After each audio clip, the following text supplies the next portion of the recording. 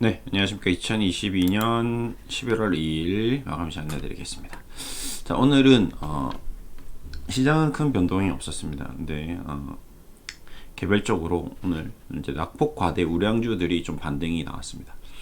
그동안 이제 공매도로 몸살을 앓았고 악재, 실적에 대한 우려감, 다양한 뉴스로 인해서 이제 하락했던 종목들이 뭔가 꿈틀대기 시작한 그런 흐름이 나왔다.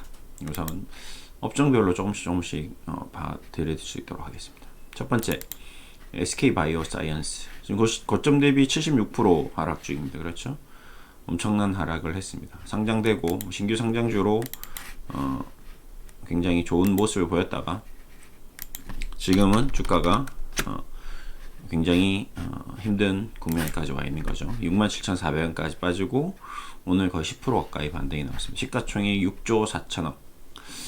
시총이 너무 높죠. 네. 영업이익 이런 것들 대비해서 상당히 고평가된 기술주입니다. 그러다 보니까 그동안 이제 너무 주가가 많이 빠졌는데 오늘 강하게 반등이 나온 거는 제 개인적인 생각으로는 그동안 엄청난 이 공매도 잔량 한번 보십시오. 30% 이상 되는 공매도가 많이 나왔습니다. 10만 원대도 이런 이제 공매도 물량들이 이제 수익 확장을 해야 되는 거죠. 12만 원에 샀으면 8만 원이면 싼 거거든요, 지금. 13만 원에 16만 원 이렇게 25%씩 장중에 10만 주씩 이렇게 공매도를 쳐놨습니다. 그러면 그동안 공매도가 계속 쌓였겠죠. 그러면 이제 이거를 사서 갚아 넣어야지 수익이 나는 거거든요. 근데 이제 보시다시피 쉽게 살 수가 없습니다. 10만 주씩, 20만 주씩 한 번 이렇게 바로바로 사기가 쉽지 않거든요. 그러다 보니까 시장가를 이렇게 매수를 하면서 갑작스러운 이런 기술적 반등이 나왔습니다. 그래서 SK 바이오사이언스, 그 다음에 또 SK 아이 테크놀로지, 그렇죠? 이것도 뭔가 보시면 3분기 영업손익 220억 적자 전환이라고 발표를 했는데 오늘 6%가 반등이 나왔습니다. 이제 적자니까 더 떨어지겠거니 생각했는데 역시 얘도 마찬가지일 겁니다. 그동안 37%, 20%, 40% 엄청난 공매도가 나왔습니다. 그렇죠? 주가는 24만 원에서 지금 6만 원. 왜 적자인데? 실적이 안 좋은데 왜 올라가는 거지? 올라가니까 어쩔 수 없이 따라서 살 수밖에 없는 거죠. 왜? 내가 지금 사서 넣어야지 수익이 10만 원에 샀던 것도 수익이 나는 건데요. 이걸 못 사면 수익이 아니니까. 그러니까 우리가 과거에 고점에서 수익 실현하는 것과 지금 공매도 세력들이 기관 투자자들이 눈치 싸움을 하는 거죠. 다른 공매도 기관 투자자들, 공매도 투자자들 한두 명이 아니니까요. 다양한 증권사에서 해외 증권사에서 이렇게 모간 스탠리, 멜린치, JP 모간, 골드만삭스에서 공매도를 했던 자금들이 쇼커번이 들어온다는 소식이 들리니까 나는 빨리 해야지, 나도 빨리 해야지 하다가 늦다가 5만 원에 할 수 있었는데 이제 6만 원이 되니까 6만 원이라도 하는 게 낫는 거죠. 그러니까 이거는 수익 실현이 아니라 뭔가 공매도가 들어온 쇼커번이라고 보는 게 더 맞는 거죠. 46,000원에 사서 6만 원에 수익 실현하는 게 아닌 거죠. 그렇죠. SK 바이오팜 마찬가지입니다. 전적으로 과거에 글로리했던 영광스러웠던 주가를 보였던 종목들이 이제 70% 이상 26만 원짜리가 6만 원이니까 쇼커버링이 들어와야 될 거라고 저는 보여집니다. 지금 이런 종목들이 오늘 다른 종목들 대비해서 좀 많이 움직인 거죠. 게임 쪽에서도 오늘 카카오뱅크, 카카오페이 이런 아이들이 기술적 반등이 나온 겁니다. 마찬가지 얘네들도 끝없는 공매도가 나왔죠. 그러면 벌써 이제 5개네요. 그 다음에 크래프톤 역시 마찬가지. 그동안 엄청난 이 공매도 물량들, 잔량들이 오늘 차익 실현, 수익 실현, 쇼커버링이 나왔다 라고 좀 보시면 됩니다. 파라비스 마찬가지. 이게 딱 가격이 정해져 있는 건 아니니까요. 너는 얼마야? 넷마블은 넌 얼마야? 지금 실적 대비 넌 얼마에 있어야 돼? 이런 게 정해져 있죠. 하이브 방탄 이슈로 20만 원 갈 때 왜 20만 원이었냐? 근거가 없습니다. 근데 지금은 왜 또 4만 원이냐? 근거가 없는 거죠. 애널리스트들 목표가 보면 천차만별입니다. 컨센서스 보면 기가 막힙니다. 얘들은 도대체 어떤 내용으로 이 목표가를 설정했는지 알 수 없을 정도로 컨센서스가 들쑥날쑥합니다. 얘네들 말 듣고 최근에 카카오뱅크 한번 볼까요? 목표가 16,000원 찍었습니다. 근데 왜 2만원이죠? 그러니까 엉망인 거죠. 엉망진창인 겁니다. 하나도 모른다는 거예요. 뭔가 엄청나게 많은 것을 아는 것 같이 얘기하지만 삼성증권은 그동안 상장시키고 그동안 그렇게 주가가 올라갔을 때는 아무 말 안 하다가 이제 10월 18일 됐는데 목표가 15,000원으로 낮췄습니다. 그렇죠? 근데 지금 오늘 2만원 넘어갔잖아요. 그러니까 한 개도 모른다라고 보시면 됩니다. 애널리스트들은. 가격은 그냥 제가 봤을 때는 별 정확한 어떤 데이터가 없습니다. 이 목표가 보십시오. 삼성증권은 15,000원이고 교보증권은 45,000원. 두 회사의 가격 차이라고 보십시오. 얘는 키움증권도 49,000원이고요. SK증권 5만원, 하이투자증권 6만원인데 지금 주가가 2만원입니다.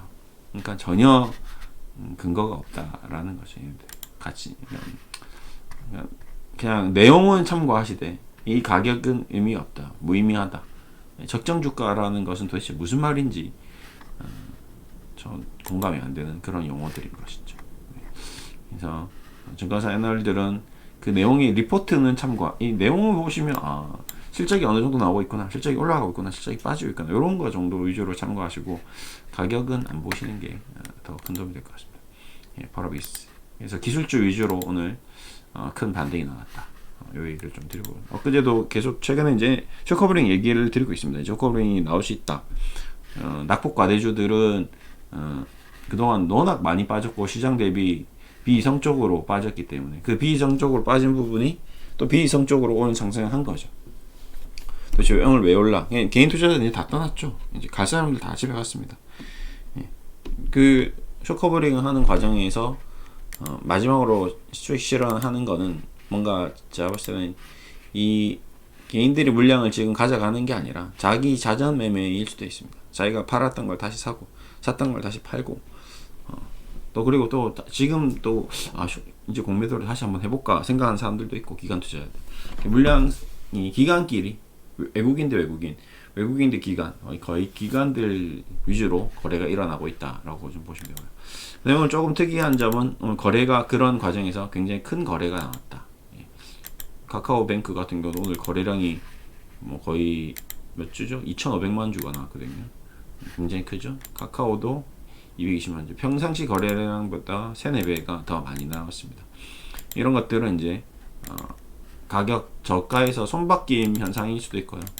일부러 이제 장대 양봉을 만들면서 거래를 터트려주고 주가를 차트를 좀 더 뭔가 드라마틱하게 이제 만드는 그런 역할도 하는 게 있습니다.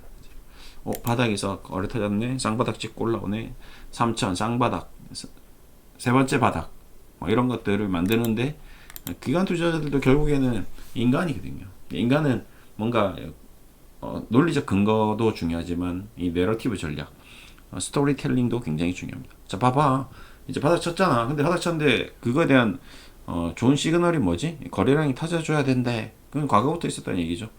그게 맞느냐? 뭐 모닝스타가 나왔어, 장대 양봉이 나왔어, 그 다음에 뭐 도지 캔들이 나왔어, 아니면 무슨 캔들이 나왔어, 일목균형표 선행스팬을 돌파해, 뭐 이동평균선이 골든크로스가 나오고 있어, 장기평선을 돌파하잖아, 자 이제 가는 거야, 뭐 이런 식으로 계속 내러티브를 하는 거죠. 정치권도 마찬가지입니다. 뭔가 어떤 정치적인 이슈가 있을 때마다 계속 몰아가는 거죠. 기자를 이용해서, 뭐 이슈를 이용해서, 어떤 논리를 이용해서 그 내용이 사실인지 거짓인지가 중요한 것이 아니라 그런 스토리가, 그런 내러티브가 결국 최종적으로 목적을 달성시키는 결과를 만들어내면 되는 거거든요. 그러니까 기관 투자자들이나 외국인 기관 투자자들도 이렇게 만들어가면 그 나중에 또 주가가 올라가면 개인들은 또 그거에 대해서 또 믿고 신뢰하고 주가가 올라갔으니까 또 주식을 사고 이러면서 이제 바뀌는 거죠. 지금 금리는 6%입니다. 좀 주식에 하면 안 돼요. 내러티브 전략을 해서 주가를 다 망가뜨려 놓고 공매도를 쳤습니다. 근데 잘 생각해 보세요. 이제 지금 가격에서 사가지고 주가가 100배 수익 나면, 100% 수익 나면 더 큰 이익이잖아요. 지금 워낙 저가잖아요. 외국인들 들어온다잖아요. 원달러 환율이 1,417원이라서 한국 주식을 평상시보다 20-30% 싸게 살 수 있다고 하잖아요. 뭐 이런 식으로 또 말을 바꿔버립니다. 그러면 외국인들이 주가를 더 올리고 나서 내가 분명히 그렇게 얘기했는데도 안 샀지. 그러고 나서 이제 또 더 올려버리는 거죠. 그러면 그걸 본 투자자들은 뭐뭐 했던 투자자들은 맞네. 나중에 또 뒷북을 치는 거거든요. 그렇게 계속 뒷북을 치면서 개인 투자자들은 기관 투자자들의 휘발유가 되어서 연료가 되어서 밥이 되면서 이제 쉽게 말하면 이제 그렇게 계속 이용당하는 거죠. 근데 그거를 알고 항상 대비하고 방어하고 이렇게 했을 때만이 이제 수익이 나는 겁니다. 그 과정이 쉽지는 않죠. 그거를 공부하고 노력하고 연습하고 경험을 쌓고 이런 과정이 수없이 이루어진 다음에 최종적으로 좋은 결과를 낼 수 있다. 뭐 아시아나항공도 엊그제 얘기 드렸지만 오늘 이렇게 반등이 나오는 걸 보면 역시 그냥 제가 누가 보더라도 지금 이게 자본 잠식 상태로 가는 구조는 아니거든요. 그렇죠? 근데 그걸 모르기 때문에 자본 잠식이란 단어만 딱 듣는 순간 개인 투자자들은 그냥 자본 잠식이래 주가 10% 빠져 그러면 손절하는 거죠. 주가 나 2만원 샀어 근데 지금 만원이야 이거 이제 앞으로 어떻게 될지 모르는데 상장 폐지된대 이런 루머만 돌아도 2만원에 사신 분들은 다 손절인 거거든요. 근데 외국인들은 주워 담고 있는 거죠. 쭉쭉. 왜? 자본 잠식 될 리가 없는데 대한항공 인수하고 유상증자하고 그 다음에 아니 자본 채권을 발행하고 뭐만 해도 자본적 5천억 정도 끼워 넣는 거는 일도 아니고 그 다음에 어차피 비행기는 리스비는 늘 내는 거고 좀 더 많이 내는 거고 또 작게 내는 거고 나중에 환율도 빠지면 또 정상화 되는 거고 그런 것들이 있기 때문에 환율이 뭐 주구장창 2,000원 가는 건 아니잖아요.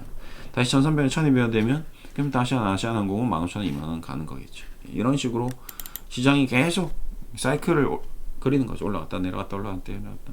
근데 그 과정을 적절하게 잘 이용해서 투자의 기본 원칙을 지키면서 현금으로 분산 투자하고 분할 매매한다면 나중에 궁극적으로 투자 수익을 가져갈 수 있는 거죠. 근데 그 무리하게 막 빚 내고 주식담보대출 받고 주택담보대출 받고 이렇게 15,000원에 산 사람들은 지금 못 버티는 거죠. 자본 잠식 딱 내용 딱 듣는 순간 또 나는 나에게 신은 시련을 주셨구나. 아니에요. 신이 여러분한테 시련을 준 게 아니라 여러분이 준비가 덜 되었던 거죠. 공부를 못한 거죠. 자본 잠식이 어떤 건지 모르는 상태에서 무분별한 투자를 해버린 거죠. 근데 전체 투자 자금의 한 5% 10%를 아시아나항공을 15,000원에 쳤다. 근데 자본 잠식이래. 공부를 해보니까 자본 잠식은 이러이러한인데 이러이러하게 해서 그렇게 가능성은 좀 높지 않구나. 그럼 버티면 되는 거거든요. 마이너스 10% 20% 하다가 다시 15,000 되고 2만 되고 아니 2만 정도 됐으면 팔아야겠구나. 팔고 나오고 이렇게 그냥 냉정하게 논리적으로 하면 되는데 그게 또 쉽지가 않은 게 주식인 것 같습니다. 그게 1년이 걸리고 2년이 걸리고 그 과정에서 고통받고 집안일 생기고 돈 써야 될 때 있고 갑자기 뭔가 내 마음도 갑자기 싱숭생숭하고 하는 일도 안 되는 것 같고 아이씨 주식 때문에 다 이렇게 된 것 같다. 또 모든 탓을 주식에 돌리고 뭐 때문이야 하고 다 팔아버리고 나갔는데 나중에 보니까 아시아나항공 3만원 가 있고 또 미치고 발작 뛰고 계속 그런 과정이 반복될 수가 있는 거예요. 주식 오래 하신 분들은 제 말이 무슨 말인지 한 200% 정도 공감이 되실 겁니다. 네, 그런 것들이 결국에는 주식 투자에서 심리적 안정감을 갖는 것이 얼마나 중요한지에 대한 생각을 하게끔 해준다라는 얘기를 드리면서 마무리하겠습니다. 이게 뭐 요즘에 어쨌든 모든 사회 전반으로 경제 전반으로 개인적으로 좋은 상황은 아닌 것 같습니다. 여러분이나 저나 주변의 사람들이나 그렇게 막 너무 좋아 너무 잘돼 이런 사람은 없는 것 같아요. 다 얘기 들어보면 정말 한 명 한 명 얘기 들어보면 눈물 없이 들을 수가 없습니다. 이 친구는 이 동생은 이래서 힘들고 저 동생은 저래서 힘들고 저 형님은 이래서 힘들고 저 형님은 저래서 힘들고 세상이 참 하루하루가 힘들구나 라는 생각을 많이 했습니다. 근데 그 과정에서도 뭔가 그 삶을 계속 이어나가고 책임감 있게 가족을 돌보고 최선을 다하는 모습을 봤을 때 우리는 희망을 가질 수 있는 거죠. 행복을 느끼고 또 그렇게 살아야 그것이 인생이다. 맨날 행복한 일만 있으면 정말 내일 더 이상 행복할 게 없지 않겠습니까? 오늘 불행한 일이 하나 있어줘야지 내일 또 행복한 일이 생길 수가 있는 거거든요. 그게 인생인 것 같습니다. 오늘도 고생하셨고요. 또 화이팅 하겠습니다. 감사합니다.